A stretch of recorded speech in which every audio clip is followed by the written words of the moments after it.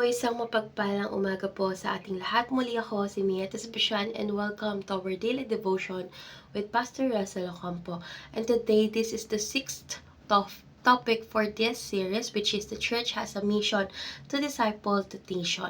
So, our scripture is all about Matthew chapter 28, verse 19, NI version. Therefore, go and make disciples of all nations, baptizing them in the name of the Father, and of the Son, and of the Holy Spirit.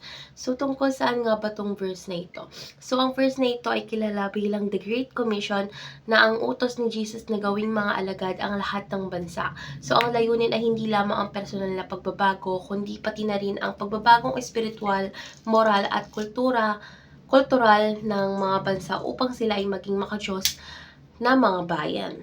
So, ngayon dadako tayo sa ating teaching. So, yung first teaching is the church is a mandate to disciple all ethnic groups. So, ipinagkaloob ng Diyos sa simbahan na ang misyon na turuan at gawing mga tagusunod ni Kristo ang bawat tao, ano man ang kanilang lahi, kultura, o tradisyon. So, ang pagbibinyag at pagtuturo ay mahalagang bahagi ng prosesong ito na nagbubunga ng tunay na pagbabagong spiritual.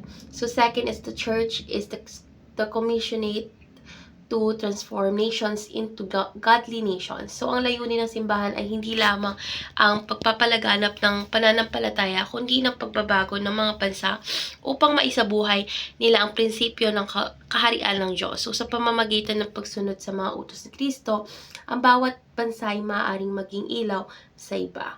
So, ngayon dadako na tayo sa ating application. So, yung first application is join a church that makes disciples. So, dapat tayo maging bahagi ng isang komunidad na aktibong tinutugunan ang Great Commission sa pamamagitan ng pagbabahagi ng ebanghelyo at pagpapalago ng mga alagad. Second is join a visionary and missionary church.